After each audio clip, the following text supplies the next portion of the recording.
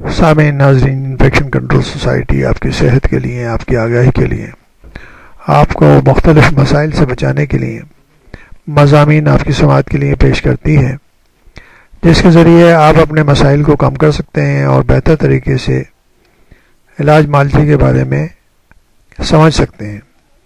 اب ہم آپ کو بتانا چاہیں گے کہ فالج کا اگر ایک دفعہ حملہ ہو چکا ہو تو اس کے بعد مریض کو دوسرے حملے سے کیسے بچانا چاہیے، یعنی کہ دوسرے حملے سے بچاؤ کے لیے کیا کیا احتیاطی تدابیر کرنی چاہیے۔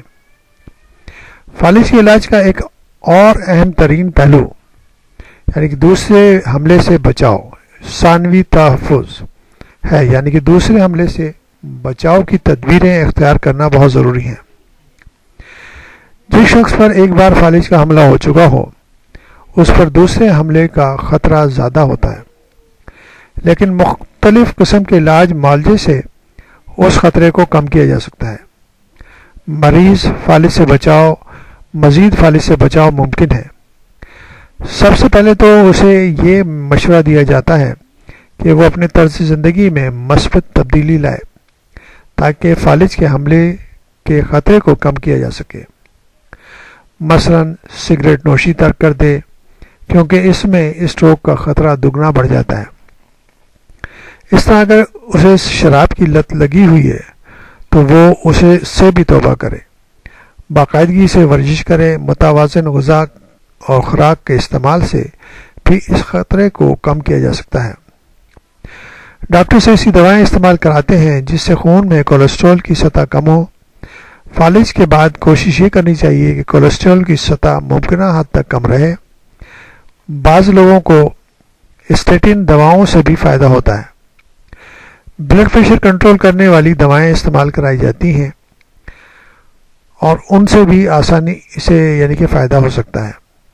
خلاف معمول دل کی دھڑکن کا علاج، بعض خلاف معمول دھڑکن مثلا ایک عام خرابی جسے ایٹریل فبریلیشن کہتے ہیں، اس میں دل کے خانوں کے اندر خون کی پھٹکیاں بن سکتی ہیں اور وہاں سے ٹوٹ کر دوران خون میں شامل ہو سکتی ہیں، دماغ تک پہنچ سکتی ہیں۔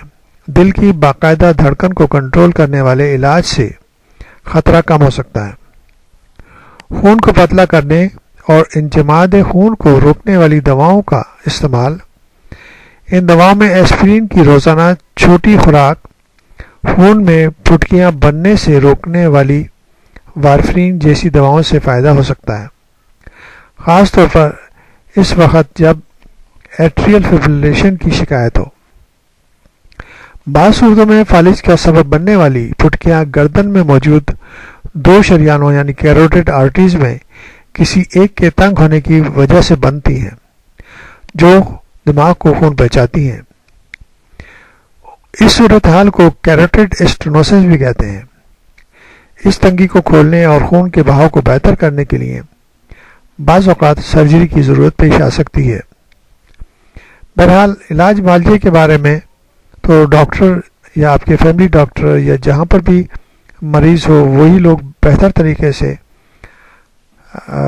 آپ لوگوں کو بتا سکتے ہیں اور مشورہ دے سکتے ہیں، تو ان پہ بہرحال باقاعدگی سے عمل کیا جائے تاکہ دوسرا اٹیک نہ ہو سکے۔ سب سے بڑی بات جو ہے وہ ہے ٹینشن یعنی اسٹریس۔ آج کل کے دور میں ہمارے جیسے ممالک میں افراد جو ہے انتہائی ٹینشن کی زندگی گزار رہے ہیں، اور اس کی ٹینشن کی ایک اور وجہ بھی ہے کہ ٹی وی کے پروگرام اس طرح پریزنٹ کیے جاتے ہیں اور اس طرح دکھائے جاتے ہیں، جو بھی اگر دہشت گردی کے واقعات ہوتے ہیں کہ ان کو بار بار دکھایا جاتا ہے، تو لوگ نفسیاتی مریض بن چکے ہیں۔ تو بہتر یہ ہوگا کہ